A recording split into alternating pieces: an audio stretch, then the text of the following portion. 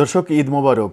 ঈদের দিনে আবারও আপনাদের সাথে কিছু কথা নিয়ে আসলাম। দুদিন আগে ২৯ তারিখে একটি ফটো কার্ড, একটি খবর বেশ আলোচনার জন্ম দিয়েছিল। দুদিন পরে ঈদের দিনে সেটা নিয়ে আবার নতুন করে আলোচনা শুরু হয়েছে। সেই নিউজটা ছিল সার্জিস আলমের একটি মন্তব্য। সেই মন্তব্যে তিনি বলেছিলেন যে ডক্টর ইউনূসকে প্রধানমন্ত্রী হিসেবে তিনি দেখতে চান, নির্বাচিত, তাও আবার নির্বাচিত প্রধানমন্ত্রী হিসেবে দেখতে চান। নির্বাচিত প্রধানমন্ত্রী হিসেবে ডক্টর ইউনূসকে যদি দেখতেই চান তাহলে ডক্টর ইউনূসকে নির্বাচন করতে হবে। কোন প্রক্রিয়ায় তিনি নির্বাচন করবেন, কোন দলের হয়ে তিনি নির্বাচন করবেন, সেই প্রশ্নগুলো সামনে এসে যায়। এবার নতুন করে যে আলোচনাটা ঈদের দিনে শুরু হলো এবং ঈদের দিনে যে আলোচনাটা চতুর্দিকে ছড়িয়ে পড়ল, সেই আলোচনাটা হচ্ছে ডক্টর ইউনূস কি রাষ্ট্রপতি হতে চলেছেন। সেই আলোচনাটা চতুর্দিকে কানাঘোষা চলছে। আদতে কি হচ্ছে, ডক্টর ইউনূসকে ঘিরে এত আলোচনা কেন, সেই আলোচনাই করবো এই ভিডিওতে। থাকবেন পলিটিক্স টিভির নিয়মিত আয়োজনে।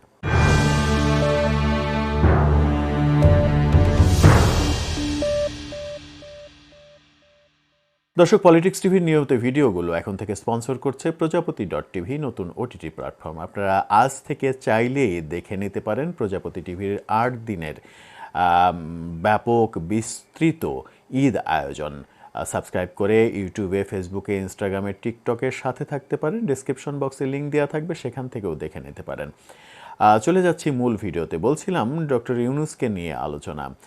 ডক্টর ইউনূসকে প্রধানমন্ত্রী হিসেবে দেখতে চান সার্জিস আলম। সেই মন্তব্য থামতে না থামতেই নতুন করে আলোচনা শুরু হয়েছে। ডক্টর ইউনূসকে রাষ্ট্রপতি হতে চলেছেন, আর রাষ্ট্রপতি হওয়ার ইকুয়েশনও অনেকে আলোচনা করছেন। অনেকে বলছেন যে আগামী নির্বাচনের পর যদি ব্যাপারটা এরকম হয় যে বিএনপির প্রধান তারেক রহমান প্রধানমন্ত্রী হলেন এবং ডক্টর ইউনূস রাষ্ট্রপতি হলেন, সেই পথে কি বিএনপি এগোবে? বিএনপি কি ডক্টর ইউনূসকে রাষ্ট্রপতি করবে? ডক্টর ইউনূসকে রাষ্ট্রপতি যদি বিএনপি করে, এর আগে এই সরকারের ক্ষমতা নেয়ার আগে পর্যন্ত ডক্টর ইউনূসকে বিএনপি খুব ভালোভাবেই ট্রিট করত, ভালোভাবেই রিসিভ করত। কিন্তু অন্তর্বর্তীকালীন সরকারের ক্ষমতা নেয়ার ২-৩ মাসের মধ্যে ডক্টর ইউনূসের জনপ্রিয়তা বিএনপিতে কমতে থাকে এবং এখন যে হারে কমেছে তাতে বিএনপি ডক্টর ইউনূসকে রাষ্ট্রপতি করবে এরকম চিন্তা কি আদৌ মাথায় নেওয়া যায়? এই আলোচনা কেন সামনে আসলো? এই আলোচনা সামনে আসার একটা কারণ, ডক্টর ইউনূস রাষ্ট্রপতি হচ্ছেন, এই আলোচনা সামনে আসার অন্যতম বড় কারণ সরকার সংবিধান সংস্কারের যে উদ্যোগ নিয়েছে, সেই উদ্যোগের মধ্যে একটি বড় পয়েন্ট রাষ্ট্রপতি এবং প্রধানমন্ত্রীর ক্ষমতার ভারসাম্য তৈরি করা। অর্থাৎ প্রধানমন্ত্রীর ক্ষমতা কমিয়ে রাষ্ট্রপতির ক্ষমতা বৃদ্ধি করে সেই ভারসাম্যটা তৈরি করা হবে। সেখানেই মূলত গুঞ্জনটা সৃষ্টির শেকড়টা লুকায়িত রয়েছে। এই সংস্কার কেন অন্তর্বর্তীকালীন সরকার নিতে গেল, কেন রাষ্ট্রপতির ক্ষমতা বাড়ানোর প্রয়োজন হলো? ডক্টর ইউনূস শেষ পর্যন্ত রাষ্ট্রপতি হতেই চান এমন আলোচনা চতুর্দিকে রয়েছে। আবার সেটা যদি নাই চান তাহলে ওদিকে সার্জিস আলম তিনি কেন বলবেন যে ডক্টর ইউনূসকে প্রধানমন্ত্রী হিসেবে দেখতে চান? এই দুটো ব্যাপারটা কিন্তু বেশ কাছাকাছি, একে অন্যের সঙ্গে সাংঘর্ষিক ব্যাপার না। যে কোনো মূল্যেই ডক্টর ইউনূস যে রাষ্ট্র ক্ষমতায় থাকতে চান এবং তার কাছের মানুষগুলো তাকে রাষ্ট্র ক্ষমতায় রাখতে চায়, এই ব্যাপারটা মোটামুটি পরিষ্কার হয়ে যায়। প্রধানমন্ত্রী যদি হতে চান, রাষ্ট্রপতি হওয়ার প্রক্রিয়া তো বললাম যে বিএনপি যদি তাকে রাষ্ট্রপতি করে, তারেক রহমানকে প্রধানমন্ত্রী করে তাকে রাষ্ট্রপতি করা, নির্বাচনের পর সেই প্রক্রিয়ায় যদি বিএনপি যায়, সেটা একটা ব্যাপার হতে পারে। অথবা আরেকটা ব্যাপার হতে পারে, ডক্টর ইউনূস প্রধানমন্ত্রী হলেন। এইবার যদি আগামী যে নির্বাচন হবে, ধরে নেওয়া যাক যে এই বছরের ডিসেম্বরে কিংবা আগামী বছরের ফেব্রুয়ারি মার্চের মধ্যে যে নির্বাচনটা হওয়ার কথা, সেই নির্বাচনে যদি নির্বাচন পরবর্তী প্রধানমন্ত্রী যদি ডক্টর ইউনূস হতে চান কিংবা তাকে যদি পেতে চাই আমরা, তাহলে তাকে এই নির্বাচন করতে হবে। তাহলে নির্বাচন যদি তাকে করতে হয়, তাহলে অন্তর্বর্তীকালীন সরকারের প্রধান উপদেষ্টা তার থাকা হবে না, তাকে পদত্যাগ করতে হবে। পদত্যাগ করে কোনো একটা দলে জয়েন করতে হবে, অথবা নিরপেক্ষ মানে স্বতন্ত্র হয়ে নির্বাচন করতে হবে কোনো আসন থেকে। কোনো আসন থেকে স্বতন্ত্র হিসেবে নির্বাচন করে ডক্টর ইউনূসের বিজয়ী হয়ে আসাটা কি খুব সহজ হবে? আমার মনে হয় যে অনেক বেশি কঠিন হবে। ব্যক্তি ডক্টর ইউনূস জিতে আসাটা খুব কঠিন হবে, কারণ বাংলাদেশের ভোটারদের যে ফিলোসফি, সেই ফিলোসফিতে এটুকু অন্তত বলা যায় যে বাংলাদেশের ভোটাররা মার্কাতে বিশ্বাস করে।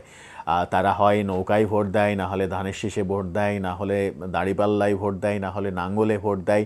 এই ৩-৪টা প্রতীকের মধ্যেই মূলত তাদের সমর্থনটা ঘোরাফেরা করে। এরপরে হয়তো কিছু সমর্থন বের হবে। এনসিপি নতুন দল তৈরি হচ্ছে, তাদের নতুন দলের যে মার্কা হবে ফাইনালি নির্বাচন কমিশনে নিবন্ধনের পর সেই মার্কাটা হয়তো আসবে। বেশ জনপ্রিয়তা অর্জন করার তারা চেষ্টা করে যাচ্ছে, প্রাণপণ চেষ্টাই করে যাচ্ছে। তাহলে ডক্টর ইউনূসকে কোনো একটা রাজনৈতিক দলের আশ্রয় নিতে হবে। শেষ পর্যন্ত কি এনসিপির দায়িত্ব নিতেই চলেছেন ডক্টর ইউনূস? সেরকম আভাসই সার্জিস আলম দিয়েছেন যে নির্বাচিত প্রধানমন্ত্রী হিসেবে ডক্টর ইউনূসকে তিনি চান। এসবের মধ্যেই ঘুরপাক খাচ্ছে ঈদের দিনের আলোচনাটা। ঈদের দিনে এই বছরের মুসলিম সম্প্রদায়ের সবথেকে বড় উৎসবের দিন কেন এই আলোচনাটা হচ্ছে, কেন গণমাধ্যম এটা নিয়ে খবর করছে? যখন ঈদকে কেন্দ্র করে নানা রকমের খবর আসছে, ঈদের বাইরে এমনও খবর আসছে, ঈদের বাইরে আমরা দেখেছি যে ঈদের নামাজ হওয়ার পরে আওয়ামী লীগের জয় বাংলা মিছিল, সেখানে বিএনপির বাধা, তারপরে গুলি, এগুলো অনেক খবরই এসেছে। ঈদ মিছিল নিয়ে আলোচনা শুরু হয়েছে, এটা নিয়ে আমাদের আরেকটা ভিডিও রয়েছে, আপনারা দেখে নিতে পারবেন। সেই আলোচনার ফাঁকে ডক্টর ইউনূসের প্রধানমন্ত্রী হওয়া কিংবা রাষ্ট্রপতি হওয়ার এই আলোচনাটা, এই গুঞ্জনটা কেন গুরুত্বপূর্ণ হলো সেটা আপনারা খুব ভালো করেই বুঝতে পারছেন।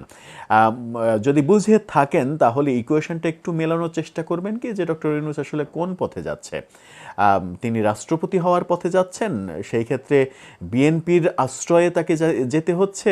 তারেক রহমান প্রধানমন্ত্রী হবেন, বিএনপি রাষ্ট্রপতি বানাবে ডক্টর ইউনূসকে, সেরকম কিছু হবে? নাকি ডক্টর ইউনূস সত্যিই প্রধান উপদেষ্টার পদ ছেড়ে তিনি নির্বাচন করবেন এবং প্রধানমন্ত্রী হবেন কোনো একটা দলের হয়ে? কোনো একটা দলের হয়ে প্রধানমন্ত্রী হওয়ার ব্যাপারটা আমার মনে হয় যে অসম্ভবের পর্যায়ে চলে যাবে তার পক্ষে। তবে রাষ্ট্রপতি হওয়ার ব্যাপারটা কোনো একটা দলের সঙ্গে যদি নেগোসিয়েশন করতে পারে তাহলে সেটা সহজ হতে পারে। আপনার মতামত জানিয়ে লিখতে পারেন আমাদের কমেন্ট বক্সে।